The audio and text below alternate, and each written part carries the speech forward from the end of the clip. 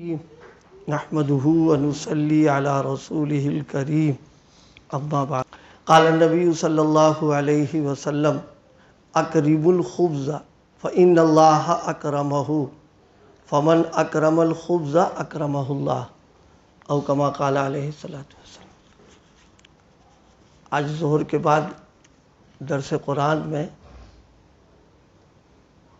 رزق کے تعلق سے مضمون آیا تھا، تو کچھ باتیں اسی سے متعلق ذہن میں آئیں تو خیال ہوا سب کے لیے سب کو اس کا فائدہ پہنچ جائے۔ ایک تو یہ کہ یہ ماہ مبارک چل رہا ہے، اس مہینے میں اللہ پاک نے جو برکتیں رکھی ہیں، ایک برکت اس میں یہ بھی ہے فیہ یزاد رزق المؤمن، حدیث فرمایا گیا کہ رمضان المبارک میں اللہ تعالیٰ رزق میں اور روزیوں میں اضافہ فرما دیتے ہیں۔ روزی میں اضافے کی دو شکلیں ہیں، ایک حصی طور پر اضافہ ہو جائے اور ایک یہ ہے کہ معنوی طور پر اضافہ ہو۔ حصی طور پر اضافہ تو ہم لوگ سب جانتے ہیں کہ آنکھوں سے نظر آ رہا، محسوس ہو رہا کہ جو ہے کھانے پینے میں زیادتی ہے، فراوانی ہے۔ عام طور پر اس کا مشاہدہ کرتے بھی ہیں ماہ مبارک میں، کہ اور دنوں میں مثال کے طور پر اگر ایک سالن ہے، 2 ہیں، تو رمضان المبارک میں 3 ہو گئے اور اہتمام ہو گیا۔ افطار میں خاص طور سے ہوتا رہتا ہے۔ یہ حصی زیادتی ہے جو گویا ہر ایک کو محسوس ہوتی ہے اس کے اندر ایک، اور ایک زیادتی ہوتی ہے معنوی۔ معنوی زیادتی کا مطلب یہ ہے کہ محسوس طریقے پر تو اس میں کوئی زیادتی نہیں، اور مہینوں میں جو معمول تھا وہی معمول اب بھی ہے، لیکن اس میں برکت اتنی ہو گئی ہے کہ وہ باوجود اس کے کہ اور مہینوں ہی کی طریقے سے ہے، لیکن وہ سب کے لیے کافی ہو جا رہا ہے اور سب لوگ آسودہ ہو جا رہے ہیں کھا کر کے۔ یہ معنوی زیادتی ہوتی ہے ایک۔ اسی کے ساتھ میں معنوی زیادتی ایک اور بھی ہے اس کی، وہ یہ کہ اس کے کھانے کی وجہ سے نورانیت میں، روحانیت میں اضافہ محسوس ہو رہا ہے۔ یہ بھی معنوی زیادتی کے اندر اس کو بھی داخل کیا گیا۔ تو گویا رمضان المبارک میں جو زیادتی ہوتی ہے، حصی بھی ہوتی ہے، معنوی بھی ہوتی ہے۔ معنوی میں مقدار اگرچہ کم ہوتی ہے لیکن سب لوگوں کے لیے کافی ہو جاتی ہے وہ 2، اور اسی کے ساتھ وہ نورانیت اور روحانیت اس کی وجہ سے ہوتی ہے کہ جس کی بنیاد پر اچھے اچھے اعمال اور نیکیوں کے کرنے کا جذبہ اور طاعت پیدا ہوتی ہے۔ یہ اللہ تعالیٰ کی طرف سے رزق کی زیادتی کا ایک پہلو یہ بھی ہے، اور اس کا مشاہدہ، ان 2 چیزوں کا مشاہدہ، یعنی مقدار تو کم ہے لیکن وہ سب کے لیے کافی ہو جا رہی ہے، یا یہ کہ نورانیت و روحانیت پہ اضافہ ہو، اس کا عام طور پر مشاہدہ اکابر اور اولیاء اللہ کے دسترخوان پر ہوتا ہے کہ ان کے یہاں انواع اقسام کا نہ التزام ہوتا ہے نہ اہتمام، جو ان کا اپنا ہے سادہ سودہ چلتا رہتا ہے، لیکن اس سادی غذا کے اندر یہ مشاہدہ بھی ہوا ہے۔ ہم لوگ، خیر میرا مشاہدہ کیا ہے، لیکن بڑوں کا مشاہدہ ہے کہ وہ بظاہر مقدار جو ہے وہ تھوڑی ہے اور کھانے والے زیادہ ہیں۔ اب بعض اوقات حاضرین کو شبہ ہونے لگتا ہے یہ سب کے لیے بھی کافی ہوگا کہ نہیں ہوگا، لیکن یہ کہ وہ معنوی جو چیز سب کے لیے کافی ہو جاتا ہے، اس میں کبھی کبھی تو بچ بھی جاتا ہے۔ اور اسی کے ساتھ ایک دوسری چیز جو میں نے معنوی کی عرض کی ہے، وہ یہ کہ اس طرح کے کھانوں میں انوارات اور برکات اتنے زیادہ ہوتے ہیں کہ جب تک وہ جسم کا پورے طور پر تحلیل نہیں ہو جاتا ہے، بلکہ 40 دن تک اس کے انوار، اثرات اور برکات رہتے ہیں کہ طبیعت کا رجحان نیکیوں کی طرف غالب ہو جاتا ہے کہ یہ کام کر لو، یہ کر لو، یہ کر لو، اور برائیوں سے طبیعت رکنے لگتی ہے۔ تو یہ بھی گویا یزاد فیہ رزق المؤمن میں یہ بھی داخل ہے اس کے اندر۔ لیکن یہاں اسی کے تعلق سے جو مجھے اصل کیا یہ بھی عرض کرنا تھا عموماً ہم لوگوں کے یہاں ایک شکایت ہوتی ہے. وہ شکایت یہ کہ صاحب روزی میں برکت نہیں ہو رہی. اور صورتحال اب معاشرے کی یہ ہے، جو مزاج بنا ہوا ہے سب کماؤ. اور پچھلے زمانے میں تھا سب نہیں کماتے تھے، وہ ایک دو کماتے تھے، پورا خاندان کھایا کرتا تھا. اب یہ کہ سب کما رہے ہیں اور کمانے کے باوجود بجٹ جو ہے مہینہ ختم ہونے سے پہلے ہی فیل. اور بعض لوگ بیچارے مقروض ہو جاتے ہیں، دکانداروں کو ان کا کھاتا چلتا ہے کہ اب مہینہ جب شروع ہوگا تو ادا کر دیں گے آ کر کے. یہ چیزیں جو پیش آ رہی ہیں، اس میں کچھ ہماری اپنی کمیوں کا دخل ہے، اس کی طرف اس وقت توجہ دلانا ہے. مختصر طور پر ایک کمی جو عمومی ہے، ظہر کے بعد مولانا نے اس کا درس پہ تذکرہ بھی کیا تھا. اصل میں ہمارے یہاں خرچ کے آمد اور خرچ میں ہمارے یہاں اعتدال نہیں ہے، بے اعتدالی ہو رہی ہے. اور ظاہر ہے کہ بے اعتدالی کا نتیجہ کوئی چیز بھی ہو، اگر بے اعتدالی کریں گے تو نقصان ہو جائے گا. بھائی سونا، نیند کا آنا اچھی چیز ہے، لیکن اب آدمی 24 گھنٹے پڑے ہوا ہے تو صحت تو خراب اپنے آپ ہی ہو جائے گی اس کی. وہ تو یا مثال کے طور پر بھوک لگنا اچھی چیز ہے، اب ایک آدمی کی اتنی بھوک لگ رہی سالے گھر کا کھانا ہی کھا لے رہا، وہ تو بے اعتدالی کی بات ہے. یہ تو جس طرح یہ بے اعتدالی مضر ہوتی ہے، اسی طریقے سے آمد و خرچ میں تناسب کا نہ رکھنا، جہاں بے اعتدالی ہوئی فوراً نقصان ہو جائے گا اس میں. میرے حضرت والد ماجد نور اللہ مرقدہ ہم لوگوں کو بار بار نصیحت فرماتے تھے، اور بڑی پیاری بات تھی. وہ فرمایا کرتے کہ دیکھو، ایک ہے آمدنی اور ایک ہے خرچ. یہ بڑے کام کی بات ہے، سب لوگ ذہن میں رکھیں، انشاءاللہ بہت مفید بات ہے. فرمایا کرتے تھے کہ آمدنی اپنے اختیار میں نہیں ہے اور خرچ اپنے اختیار میں ہے. یہ بہت قیمتی مضمون تو پھیلائے تو بہت ہے، یہ انہی کے الفاظ. فرماتے تھے کہ آمدنی اختیار میں نہیں ہے اور خرچ اختیار میں. اب بہت سے لوگ سوچ رہے ہوں گے اختیار میں کیوں نہیں؟ ارے بھئی دکان کر رکھی، ملازمت کر رکھی، کھیتی ہے، یہ شریعت نے مقاصد جو بیان کیے بنیادی طور پر تو اسی کو بیان کیا. لیکن ہم آپ سے پوچھنا چاہ رہے ہیں، کاروبار کی لائن سے دکان بہت موقع پر ہے، بہت اچھا مال ہے، سیزن چل رہا، لیکن ایک گاہک بھی نہیں آ رہا، یا معلوم ہوا کہ آ رہا ہے اس کو پسند ہی نہیں آ رہا، یا معلوم ہوا کہ آیا پسند آیا لیکن سودا طے نہیں ہو پایا. تو اپنے اختیار کہاں ہے اس کے اندر؟ تو فرمایا کرتے تھے بہت بار بار ہم لوگوں سے کہ دیکھو آمدنی اختیار میں نہیں اور خرچ فرمایا اختیار میں تھے. اختیار میں خرچ کیوں ہے؟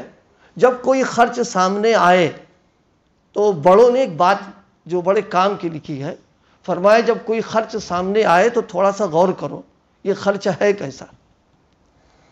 اگر خرچ اس طرح کا ہے نہیں کریں گے تو کوئی نقصان ہو جائے گا نہیں، اور ضرورت کی چیز آ رہی ہے، ایک تو اس درجے کا ہے. اور ایک خرچ یہ ہے کہ خالی زبان کے چٹخارا ہے اور جناب والا تھوڑا سا لطف ہے، لذت ہے، ایک اس طرح سے. تو فرمایا کرتے تھے کہ خرچ کرنے سے پہلے تھوڑا سا سوچ لو، کیونکہ اختیاری چیزوں میں اپنے اختیار کا استعمال کرنا یہ گر ہے دین میں ترقی کرنے کا. یہ سمجھ لیجئے پورے دین کا خلاصہ حضرت حکیم الامت نے جو بات لکھی بہت کام کی. فرمایا اختیار جو چیزیں اختیاری ہیں، فرمایا کہ اس کے کرنے کی پوری بھرپور کوشش کرو، اور جو اختیار میں نہیں اس کے پیچھے مت پڑو. بس وہ دے دیں تو بہتر ہے، نہ دے تو نہیں صحیح. جیسے کل میں نے عرض کیا تھا، کیفیات جو ہے وہ غیر اختیاری چیزیں ہیں، لہذا اس کے پیچھے نہ پڑے. اعمال اختیاری ہیں، اس کے کرنے میں لگے گا آدمی. اسی طرح خرچ کے تعلق سے جو خرچ چونکہ اختیار میں ہے تو اب یہ سمجھے کہ یہ ضروری ہے یا نہیں.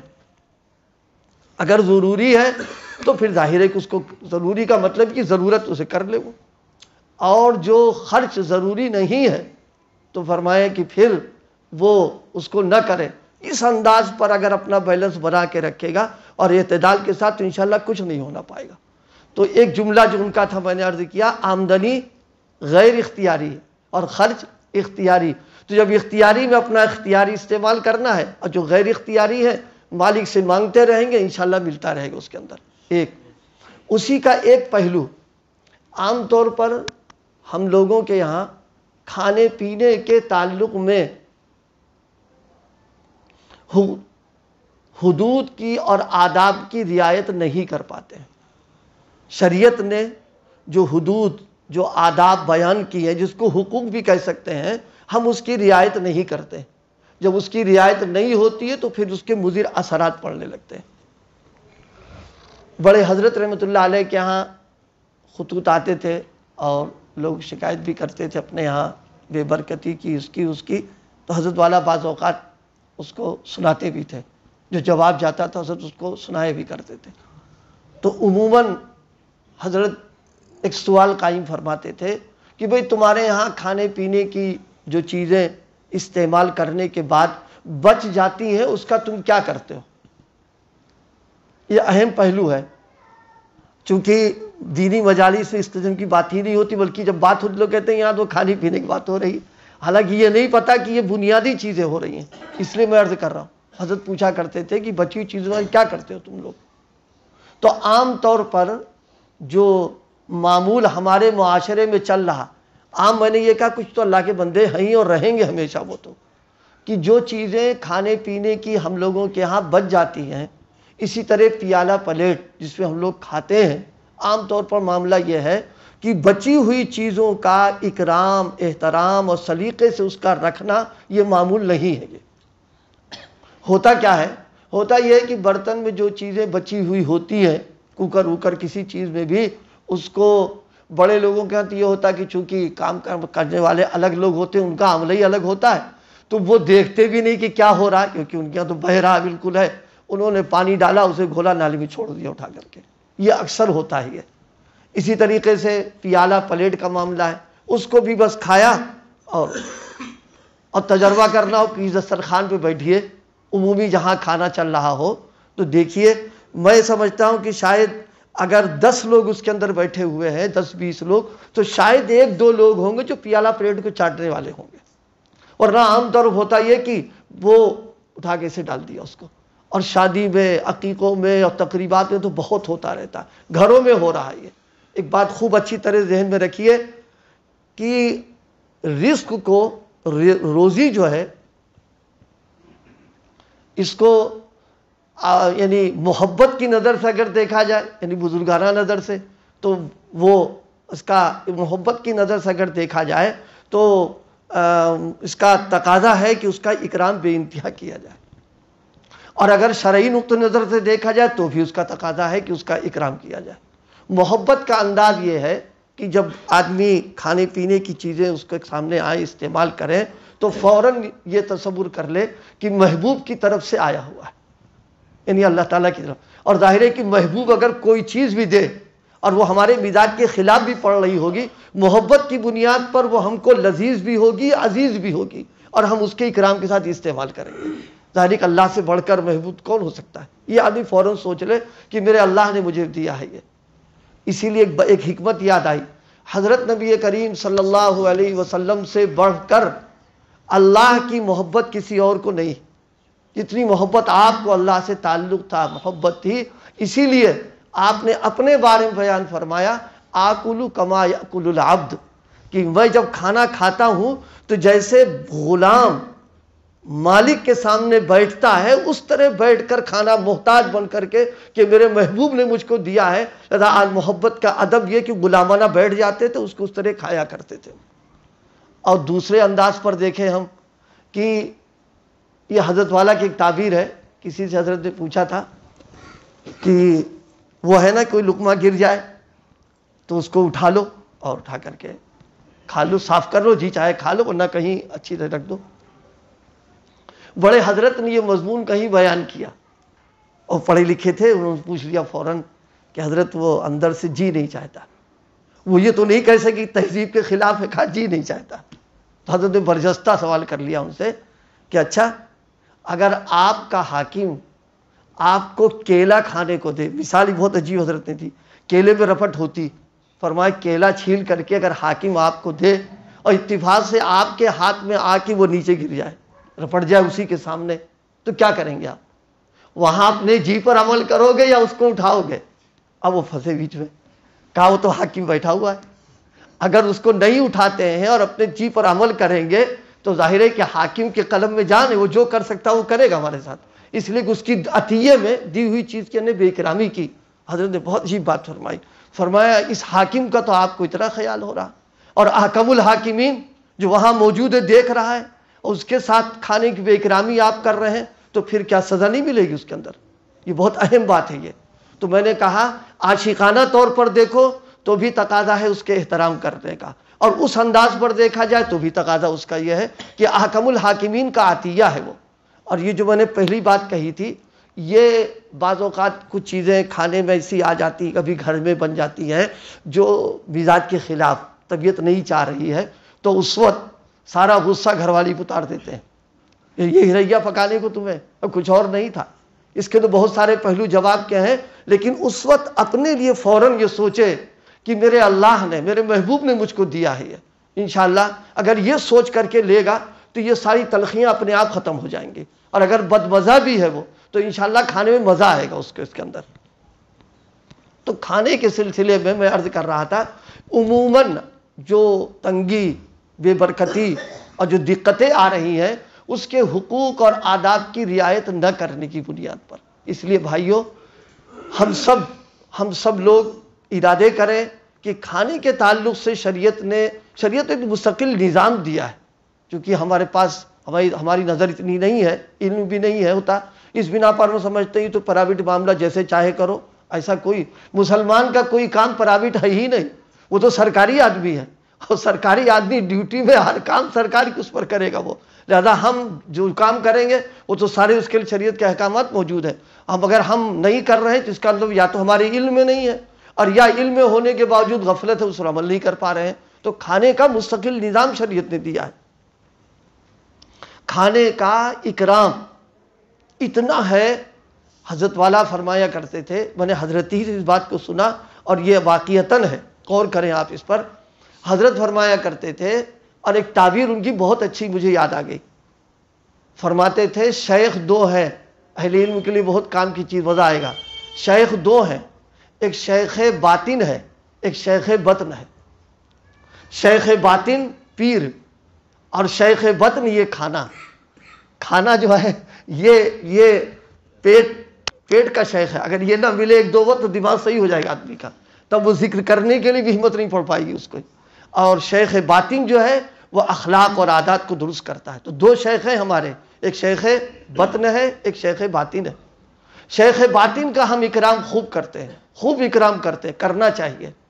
اسی ضمنی بات آ گئی، لیکن یہ سب لوگوں پتہ نہیں کل مجلس میں آئے نہ آئے، اس لیے اس کو میں عرض کر دے رہا ہوں۔ شیخ سے جتنی محبت ہوگی اللہ پاک اس کے بقدر اپنی محبت اس کو عطا فرمائے گا۔ شیخ سے جتنی محبت ہوگی اور دل میں جتنی عظمت ہوگی، جتنا تعلق ہوگا، اللہ پاک اس کے بقدر اپنا تعلق اس کو عطا فرمائے گا۔ یہ شیخ المشائخ، میرے والد ماجد کے شیخ حضرت شاہ عبد الغنی صاحب پھولپوری نور اللہ مرقدہ نے یہ بات فرمائی تھی۔ فرمایا شیخ سے جتنا تعلق ہوگا اس کے بقدر اللہ اس کو اپنی محبت دے گا۔ اور میں اس کو سمجھانے کے لیے ایک مثال دے دوں، بہت آسان مثال، سب کی سمجھ میں آ جائے گا۔ پہلی بات دیکھیے، عقیدے کی عرض کر دیں، شیخ کے بس میں کچھ نہیں ہے، وہ بھی محتاج ہے اللہ کا، وہ بھی بندہ ہے، اس میں غلو نہ ہوگی صاحب قبضے میں سب کچھ خدائی آ گئی اس کے۔ شیخ جو ہے وہ اللہ کی طرف سے جو فیضان ہوتا ہے اس کے آنے کا ذریعہ ہے صرف وہ۔ جیسے پانی برسات میں اوپر سے برس رہا، لیکن نیچے جو پانی آتا وہ پرنالہ ذریعہ بنا کرتا ہے۔ چھت پہ پانی آ گیا، اب نیچے جو پانی آئے گا وہ پرنالہ جو لگا رہتا ہے، پائپ، وہ ذریعہ بنا کرتا ہے۔ تو ظاہر ہے کہ پائپ پانی نہیں دے رہا، پانی تو وہ دے رہے ہیں، یہ اس کا فیضان ہوتا ہے۔ اب پائپ جو ہے جتنا صاف ستھرا ہوگا اور اس کے منہ پہ کوئی چیز نہیں ہوگی، اتنا ہی پانی تیزی کے ساتھ آ جائے گا۔ لیکن معلوم ہوا کہ پائپ کا منہ بند ہے، یا آدھا کھلا ہے آدھا بند ہے، یا معلوم پائپ صاف نہیں ہے، تو پانی تو آ گیا اور فیض رکا پڑا اس کا یہاں پر ہے۔ اس لیے جتنی محبت اور جتنا تعلق اس کو ہوگا اپنے شیخ سے، اللہ پاک اس کو اپنی محبت اسی کے قدر فرمائیں گے۔ اگر کسی کو محبت شیخ سے کم ہے، اس کا ایک طریقہ اپنے شیخ کا تذکرہ بتکلف بار بار کرے اور محبت کے ساتھ کرے۔ اس بار بار تذکرہ کرنے پر اللہ پاک وہ نعمت اس کو عطا فرما دیں گے۔ یہ تو درمیانی بات آ گئی تھی شیخ باطن کی، بطن کی بات چل رہی تھی۔ حضرت نے ایک بات فرمائی تھی کہ شیخ بطن جو ہے بعض معاملات میں اس کا حق شیخ باطن سے بڑھا ہوا ہے، یعنی کھانے کے بعض آداب وہ ہیں کہ اس کی بنیاد پر اس کا حق پیر سے بھی بڑھا ہوا ہے۔ وہ کیا ہے؟ وہ یہ کہ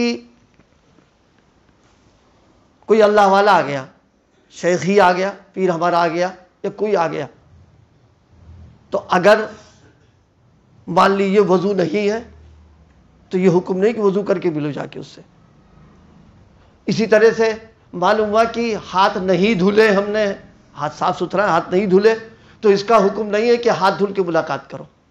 لیکن یہ جو شیخ بطن ہے اس کے لیے فرمایا گیا کہ اس کو استعمال کرنے سے پہلے ہاتھوں کو دھلو، یہ کھانے کا اکرام ہے، دھل کر کے پھر اس کو استعمال کرو۔ اس ادب میں یہ شیخ باطن سے بڑھا ہوا ہے۔ یہ کھانے کے آداب کے سلسلے کی بات میں عرض کر رہا ہوں۔ ایک ادب کھانے کا یہ ہے کہ ہاتھوں کو دھلنا۔ اگر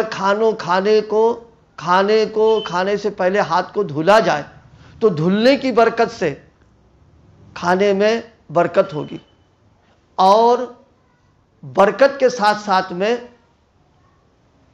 جو روایات بھی ہیں اور تجربے میں بزرگوں کے آئی ہیں، اگر کوئی مقروض ہے تو اللہ پاک اس کی برکت سے اس کا قرض ادا کر دے گا، صرف ہاتھ دھلنے کی برکت۔ لیکن اس میں ایک شرط لگی ہوئی ہے، ہاتھوں کو سنت سمجھ کر نیت، وہی میں نے کہا کل نیت والی بات، سنت سمجھ کر ہاتھ کو دھلے تو اس کی وہ چیز نکلے گی کہ انشاءاللہ اگر مقروض ہے تو قرض بھی ادا، اور اللہ پاک اس کی برکت بھی عطا فرمائیں گے، اور گھر میں فاقہ بھی نہیں ہوگا۔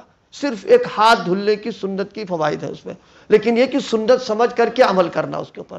بس وقت ہو گیا، بقیہ انشاءاللہ زندگی رہی ہے، مجھے یاد رہا، وہ تو آج چونکہ وہ درس ہوا تھا تو سوچا تھا کچھ اور باتیں تھیں، انشاءاللہ کل اگر یاد رہی تو عرض کر دیں گے۔ اللہ پاک عمل، ایک سنت تو ہو ہی گئی بھائی نا، کیا؟ ہاتھوں کو دھلنا۔ ہاتھوں کے دھلنے میں ایک بات ذہن میں رہے، ہاتھوں کا دھلنا جو ہے دونوں ہاتھ دھلنا ہے، اور دونوں کو یہ گھٹوں تک پورے طور پر دھل لینا۔ اب اتنے دھلنے میں جو ساری صورتیں اس کے علاوہ کی ہیں ذکر کرنا نہیں، وہ ہمارے ذہن میں چل رہی، فیشنی کچھ صورتیں آ گئی ہیں، وہ سب نہیں۔ فیشن پر عمل کرنا دین نہیں ہے، بلکہ رسول اللہ کے طریقے پر صلی اللہ علیہ وسلم پر عمل کرنا دین ہوگا۔ تو دونوں ہاتھوں کو گھٹوں تک دھلنا اور سنت سمجھ کر کے دھلنا، یہ کھانے کے آداب میں سے۔ اللہ پاک عمل کی توفیق عطا فرمائے۔